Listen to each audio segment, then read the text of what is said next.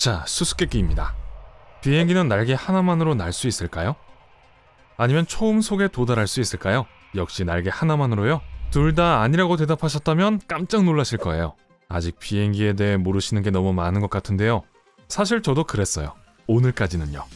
제 목록을 함께 보시겠어요? 1. 비행기는 비행 중에 새와 부딪히는 걸 피할 수 있을까요? 엄밀히 말하면 불가능합니다. 가엾은 새들, 사고가 일어나기도 하고 새가 앞유리에 부딪히거나 엔진에 걸려 들어가서 비행기가 비상 착륙을 해야 할 때도 있습니다. 하지만 이건 보통 이륙이나 착륙 중에 일어나는 일이에요. 왜냐하면 새는 비행기의 순항 고도에서 날지 않기 때문입니다. 새가 산소 마스크 같은 걸 쓰는 게 아닌 이상은요.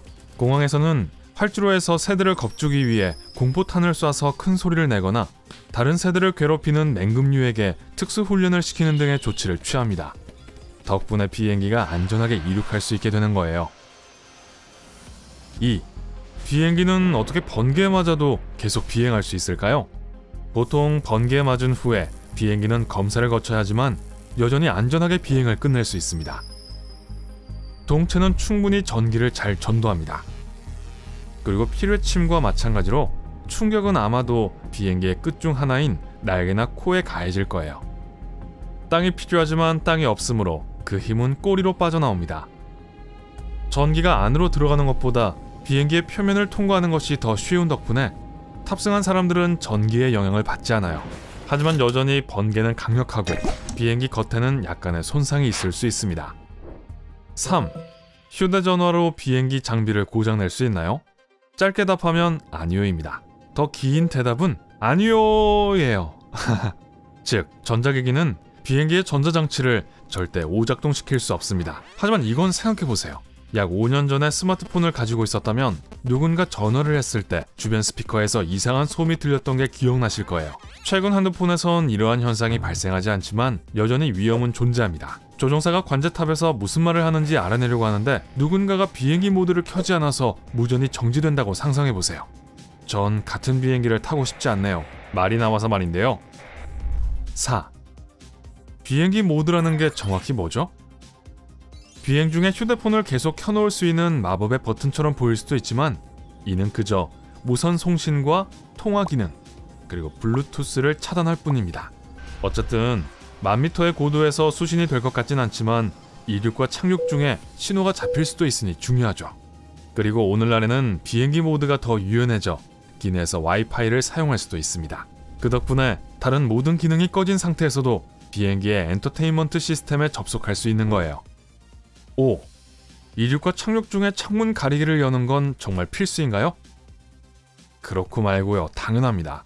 대부분의 사건들은 정확히 이 시기에 발생하기 때문에 승무원들은 가능한 한 가장 분명한 시야를 확보해야 합니다. 창문이 열려 있으면 안쪽에 빛이 더 잘 들어오고 바깥에 이상이 있는지도 볼 수 있고 지상팀도 기내에서 무슨 일이 일어나는지를 알아차릴 수 있죠. 비상시에는 구조대원들이 기내에 갇힌 사람들을 위해 내부를 볼 수도 있어야 하고요.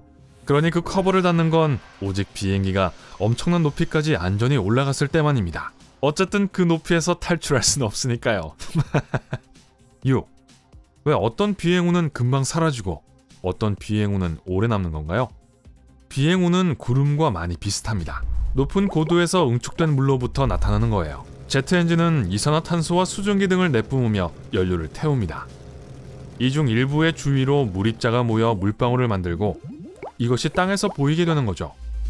만약 위의 습도가 높아서 물기가 더 많다면 비행우는 더 두드러집니다.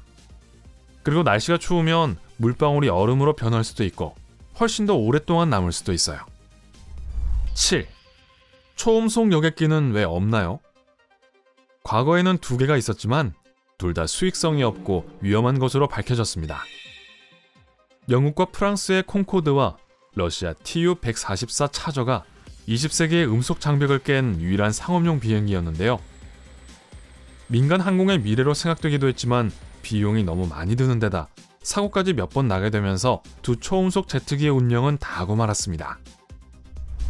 8.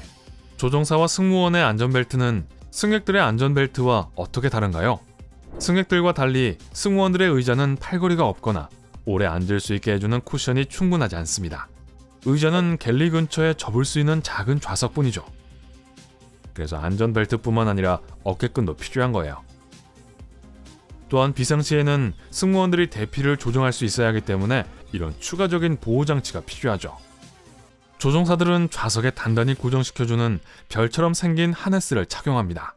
비행기가 미친 듯이 흔들릴 때도 비행기를 조종할 수 있게 해주죠. 여러분이 탄 비행기가 미친 듯이 흔들릴 거라는 건 아니고요. 왜 차로 여행하는 것이 비행기보다 더 빠르게 느껴지죠? 고속도로에서 시속 120km로 달리면 빠른 속도와 추진력을 느낄 수 있습니다. 그런데 시속 900km에 가까운 속도로 비행을 할 땐 기껏해야 졸리기만 하죠. 이는 우리가 물체의 실제 속도를 느끼지 못하기 때문입니다. 우리는 다른 물체에 비해 얼마나 빨리 움직이는지만 볼 수 있어요. 더 가까울수록 더 빠릅니다. 차 안에서는 모든 게 우리 가까이에 있죠. 그래서 나무, 사람들, 집, 그리고 다른 차들이 잽싸게 지나가는 것을 볼 수 있습니다. 비행기 안에서는 모든 것이 너무 멀어서 느릿느릿 가는 것처럼 보이는 거예요. 10. 비행기에는 몇 개의 날개가 있나요? 여러분이 탄 모든 상업용 비행기에는 오직 하나의 날개만 있습니다. 최초의 비행기는 2개의 날개를 가지고 있었기 때문에 바이플레인이라고 불렸습니다. 하나는 꼭대기에 있고 다른 하나는 동체 밑을 통과했어요. 날개는 끈과 전선으로 연결되어 있었습니다. 이런 날개는 비행기가 공중에서 무너지는 것을 막아주는 일종의 상자를 형성했죠. 낮은 속도의 초기 비행기에서는 이런 상자가 필요했지만 엔진의 출력이 증가함에 따라 두 번째 날개는 불필요하게 되었습니다.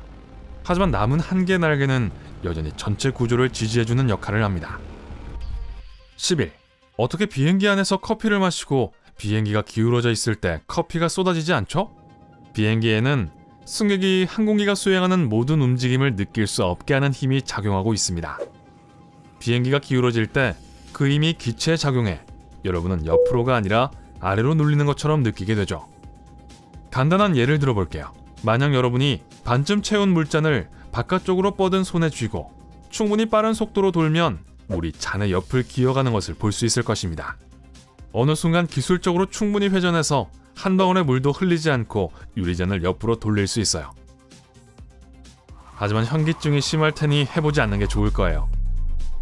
혹시 이 힘의 정확한 이름을 아신다면 아래 댓글에 남겨주세요. 12. 왜 비행기는 우주로 갈 수 없을까요? 엄청난 고도로 날 수 있는 어떤 물체가 훨씬 더 높이 날 수 있다는 이야기가 논리적으로 느껴지시나요? 사실 아닙니다. 비행기는 날 때 공기에 의존합니다. 공기 덕분에 날개가 양력을 만들어내는 거거든요. 높이 올라갈수록 공기는 희박해집니다. 완전히 바닥이 나겠죠. 그리고 항공기가 고도를 유지하려면 공기가 희박할수록 더 높은 속도가 필요하고요. 그래서 공기가 없다면 날개는 더 이상 양력을 만들지 못하고 정지하게 됩니다. 13. 하늘이 맑아도 가끔 난기류가 생기는 이유는 무엇인가요?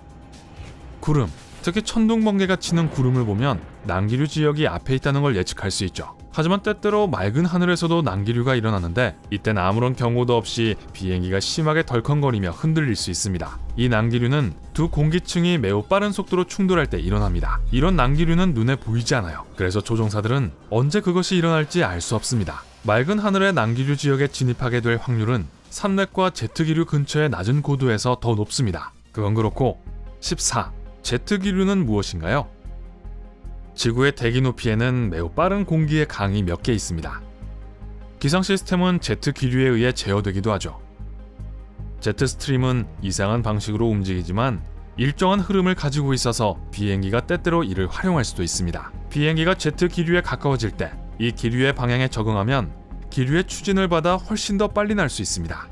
많은 항공사들은 이런 방법을 이용해 연료 비용을 절감하고 비행기 여행의 속도를 더 높입니다. 15. 엔진 하나가 고장나도 비행기는 날 수 있을까요? 우선 첫째로 비행기가 이미 공중에 떠 있다면 엔진 하나만으로 날 수 있습니다. 물론 그런 상태로 이륙할 수는 없죠. 비행 중이라면 항공기는 남은 엔진 하나만으로도 계속 전진할 수 있는 충분한 추력을 얻을 수 있습니다. 방향이 고장난 쪽으로 틀어지기 쉽지만 조종사가 다른 쪽으로 밀어서 이를 바로잡을 수 있어요. 게다가 비행기의 코는 한 방향으로 비행하기 위해 정면을 향할 필요도 없고 항로를 계속하면 약간 기울어져도 괜찮습니다. 16. 비행기 날개의 노란색 고정 장치는 무엇인가요? 창밖으로 비행기 날개를 보면 그 위에 있는 작고 노란 이중고리가 보일 겁니다. 이상해 보이죠? 공기 역학을 망칠 수도 있지만 이 고리는 안전을 위해 있는 거예요. 비상 착륙 시 승객들이 날개를 통해 비행기에서 내리도록 도와주는 밧줄을 이 고리에 고정할 수 있습니다. 날개가 미끄럽더라도 여러분이 발을 딛고 오르다가 넘어지지 않도록 밧줄이 도와줄 거예요. 자, 오늘 새로운 걸 배우셨다면 영상에 좋아요를 눌러주시고 친구와 더 공유해주세요. 여기 다른 영상들도 준비했어요. 왼쪽 오른쪽 중 하나를 선택하신 후 삶의 밝은 면과 함께 하세요.